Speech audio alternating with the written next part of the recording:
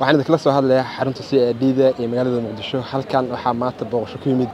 wasiir ku-xigeenka cadaaladda dowladda Turkiga iyo safiirka dowladda Turkiga Soomaaliya u fadhiya waxaan halkan ku soo dhaweeyay taliye ku-xigeenka ciidanka booliska Soomaaliya taliye Kaniif booqashada kadib iyo indhadhayn kadib waxaa halkan warbaahinta kula hadlay taliyaha ciidanka taliye ku-xigeenka ciidanka booliska Soomaaliya taliye Kaniif wuxuu ka warbixiyay wafdigan ka yimid Turkiga iyo booqashada halkan ku yimaadeen waa kana taliye ku-xigeenka ciidanka booliska Soomaaliya oo muraas ka hadlaya waxaan halkan nagu soo booqday oo maanta ku soo dhaweynay wafdi heer sare ah oo ka socda walaalaha dawladda walaalaha nahay ee Turkiga oo hogaaminaya wasiir ku-xigeenka cadaaladda madaxa baarista shaybaarka iyo safiirka Turkiga u fadhiya Soomaaliya iyo mas'uuliyiin kale oo agaasimayaal ah ee ku soo dhaweynay maanta xarunta booliska dambe baarista hoggaanka CID-da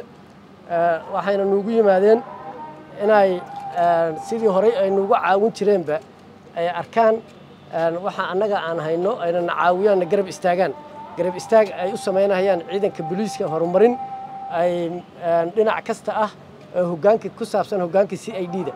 inay noo sameeyaan arrintaas ayay maanta nagu soo booqdeen waana soo dhaweynay aad iyo aad baan u mahadsantihiin waxaanan rajaynaynaa insha Allah inay wax fiican ay ka soo baxaan baan rajaynaynaa wuxuuna noogu dhamaatay booqashadeena si fiican oo jawi degan ayay noogu dhamaatay aad iyo aad baan u mahadsantihiin Abshir Xuseen Maxamed Abshir Baari BTN magaalada Muqdisho